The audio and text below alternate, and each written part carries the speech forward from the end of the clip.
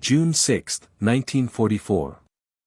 Night over Normandy is shredded by flak and tracers as C-47s howl toward the French coast, their red interior lights washing over rows of jump-ready paratroopers. The only sound inside is canvas, metal, and breath.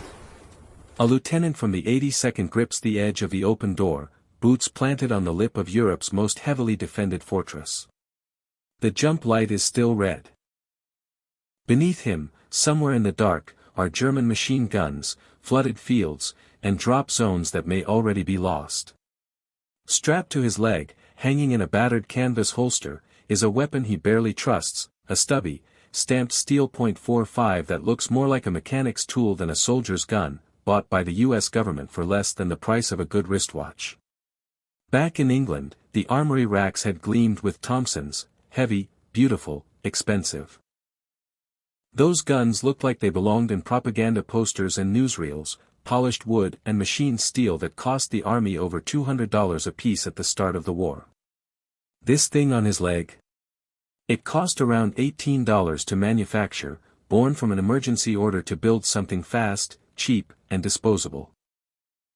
Commanders openly talked about it as if it were expendable hardware, something that could be lost, dropped in the mud, or left behind in a ditch if it jammed at the wrong moment. No one expected it to be cherished. No one expected it to last. Yet the records would tell a very different story. The squat little submachine gun riding on that paratrooper's leg, mocked by some as a grease gun, sneered at as a plumber's nightmare, would go on to fight in every major American conflict from that night over Normandy to the frozen hills of Korea, through the steaming jungles and rice paddies of Vietnam, and even into the oil-choked winds of the Gulf War, clutched by tank crews who trusted it when they bailed out under fire.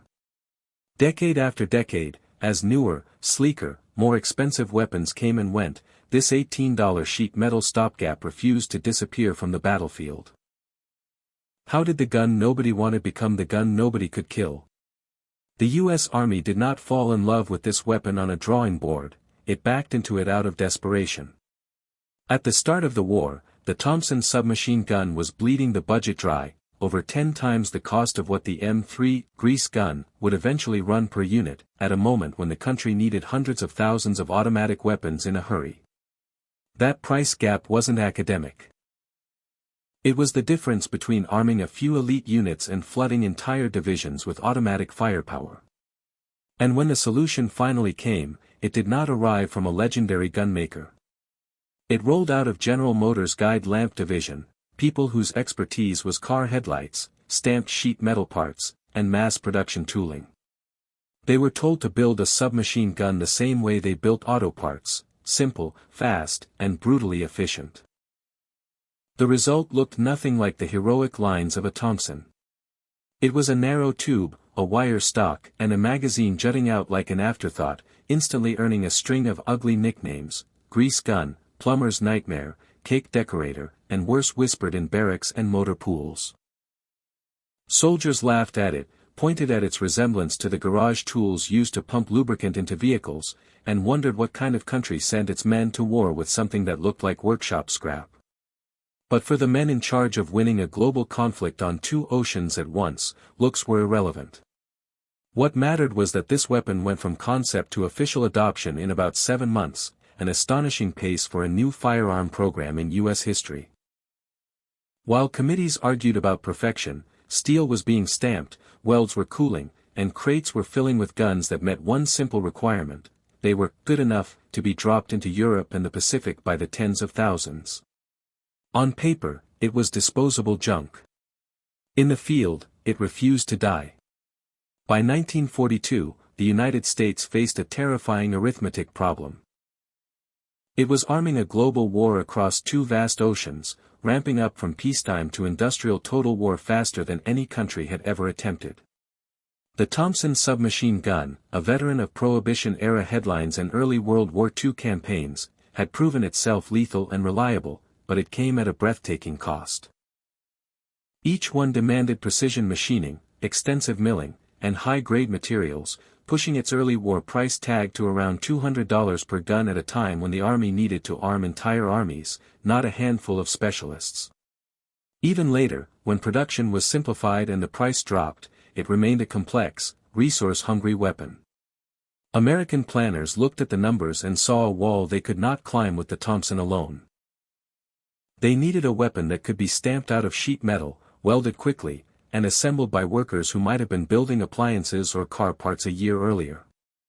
It had to fire the same .45 ACP ammunition already in the system, to share logistics with pistols and existing submachine guns, but everything else was up for sacrifice: finish, elegance, even long-term durability.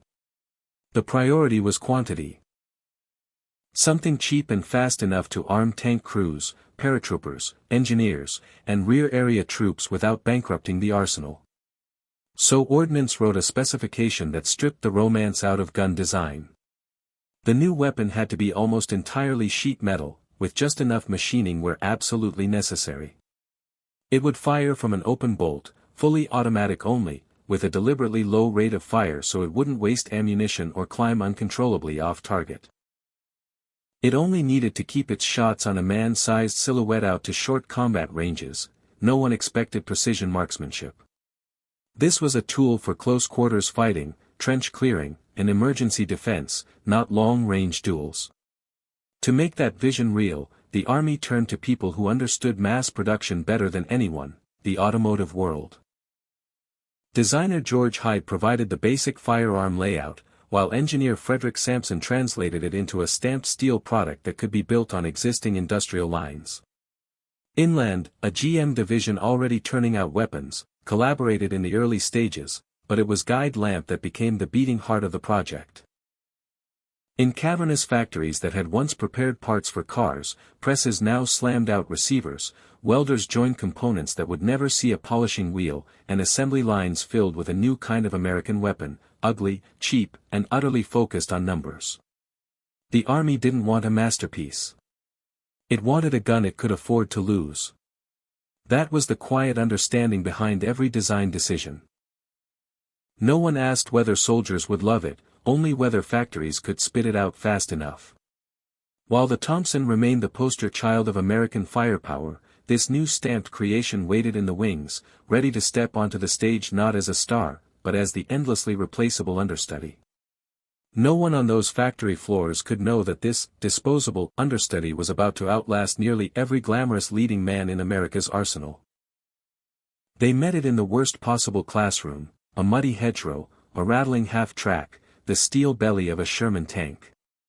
The first time a lot of GIs saw the new submachine gun, it wasn't on a range poster or in a manual. It was pulled out of a crate, covered in packing grease, looking more like something borrowed from a motor pool than issued by the Ordnance Department.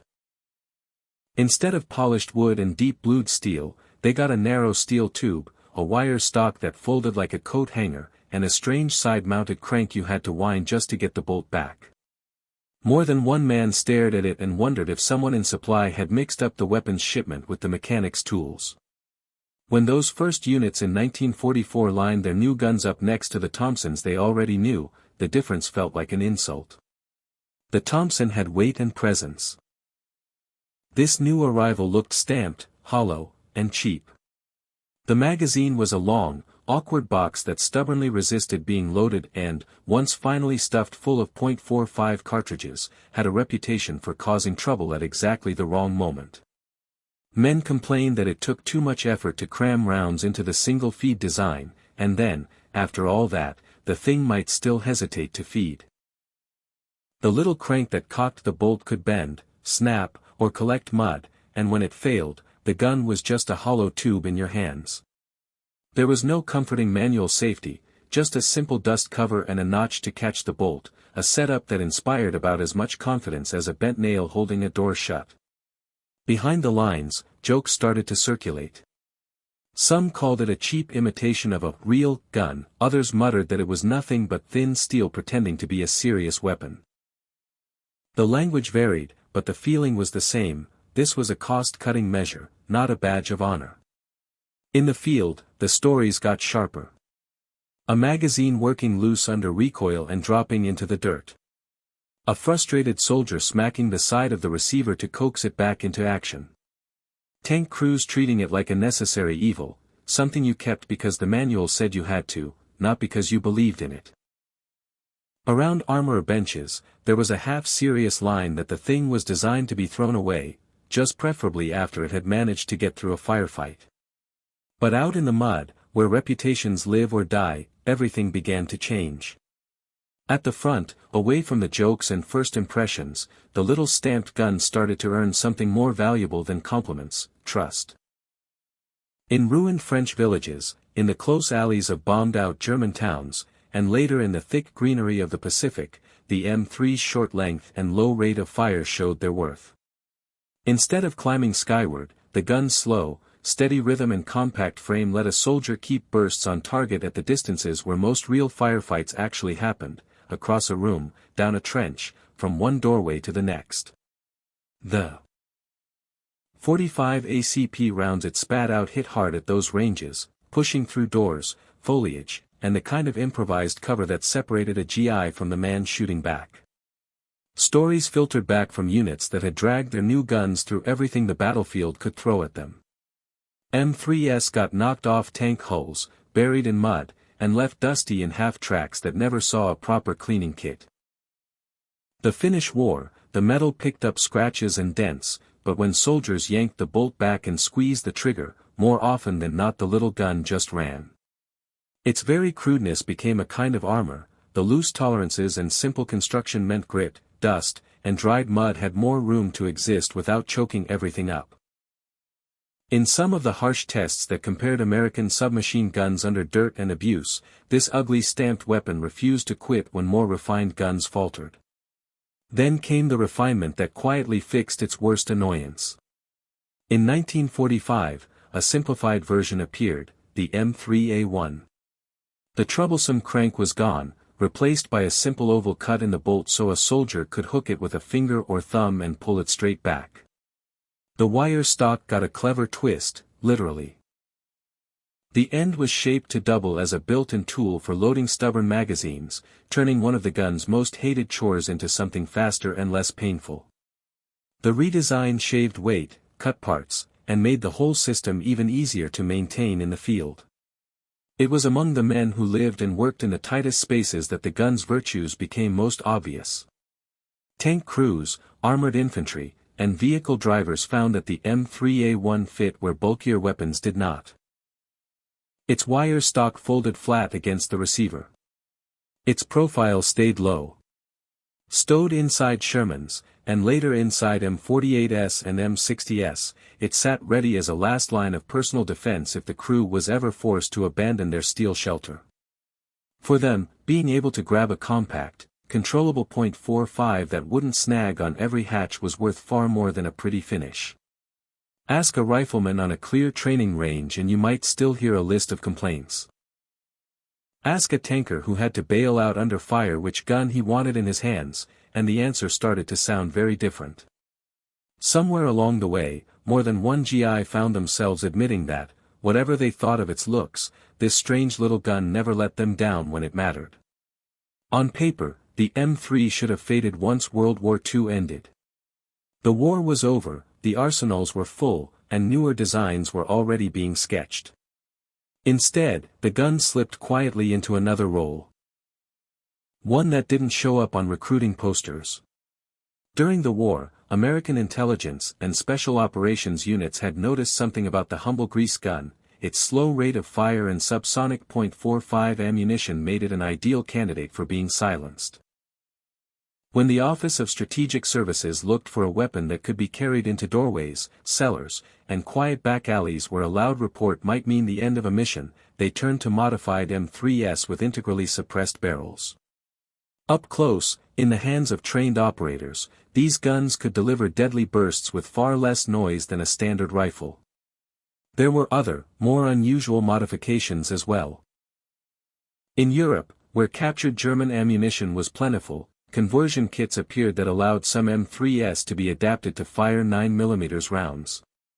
It was a practical decision, built around the idea that a weapon behind enemy lines needed to be able to live off whatever ammunition it could scavenge. These conversions were never mass-issued, but they existed in enough numbers to prove the gun's adaptability.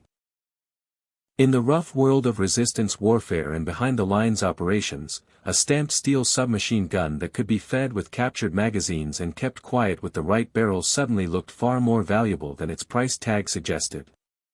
As the Cold War took hold, the grease gun refused to leave the stage.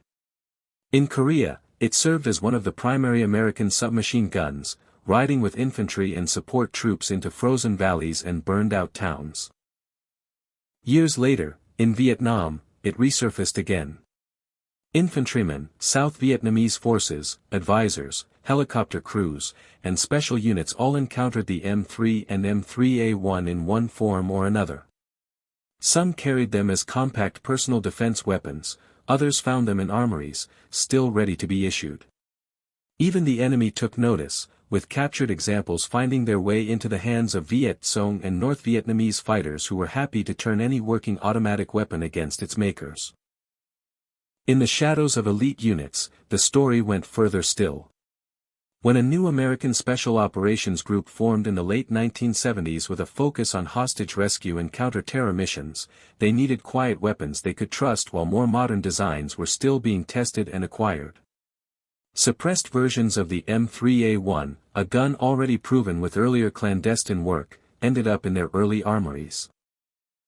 Around the era of the daring but doomed Operation Eagle Claw in 1980, these aging submachine guns were still part of the toolkit, outdated on paper, yet valued by operators who knew how effectively they could be muffled with a good suppressor and subsonic ammunition.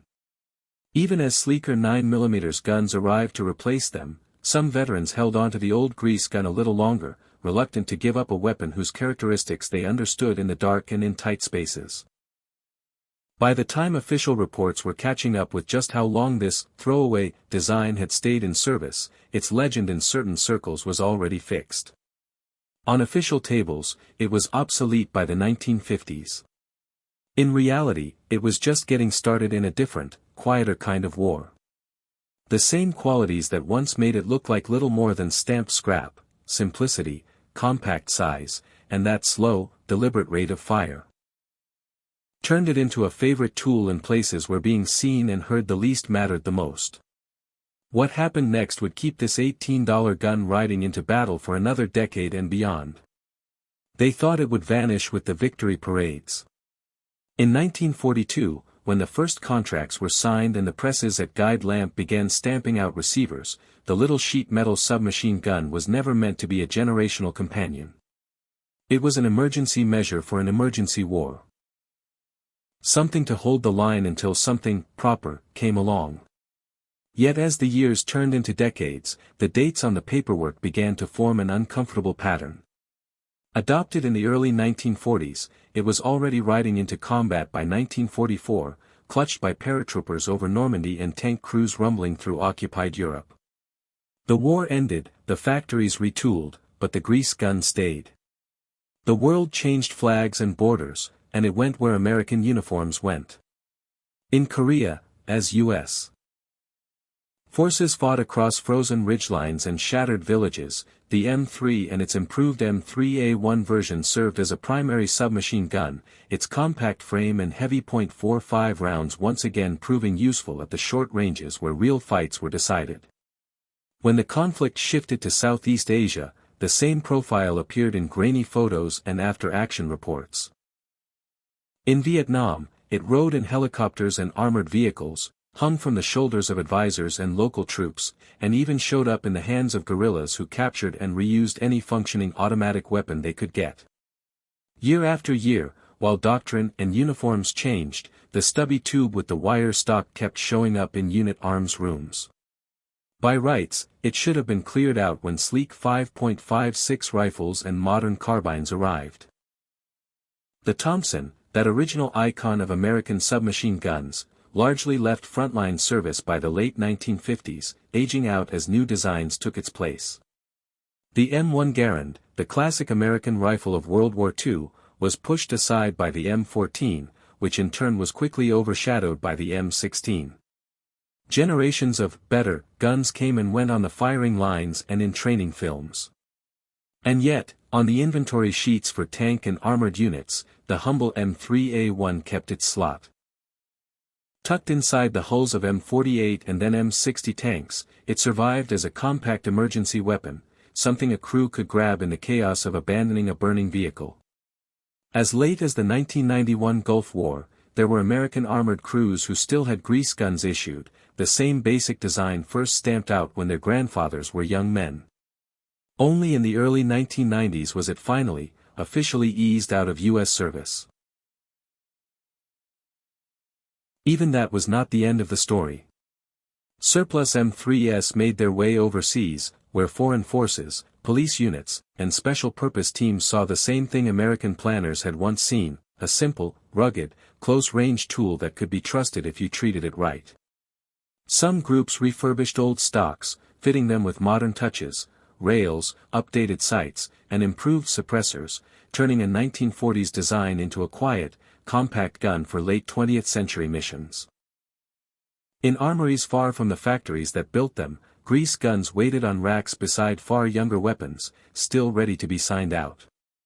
The irony was complete. The submachine gun ordered as a cheap, disposable fix in 1942 was still working alongside rifles that hadn't even been drawn on a drafting table when it first fired in anger. In 1942, it was designed to be expendable. By 1992, it had quietly outlived an entire generation of more famous guns. Sometimes, the weapon that endures isn't the prettiest or the most admired, it's the one that keeps working long after the beautiful ones have been turned into displays. By now, the pattern is impossible to ignore. Born from desperation in the early years of World War II, mocked for its looks, and dismissed as a stopgap, the $18 grease gun kept showing up wherever American wars were fought. From the mud of Normandy to the frozen ground of Korea, from the jungles and city streets of Vietnam to the sand and smoke of the Gulf, it rode into battle on the legs of paratroopers and in the cramped interiors of tanks. When polished legends like the Thompson were retired, when proud rifles like the Garand, the M14, and even early runs of newer weapons rotated out, this crude-looking submachine gun was still there, waiting in the shadows of motor pools and turret racks. Hated by some at first sight, it became the gun that was simply there when everything else jammed, bent, or ran dry. Now I want to hear from you. If you had to step out that tank hatch or through that Normandy door, what would you grab, the beautiful Thompson, or the ugly grease gun that just refuses to die? Vote in the poll on screen, then tell me why in the comments.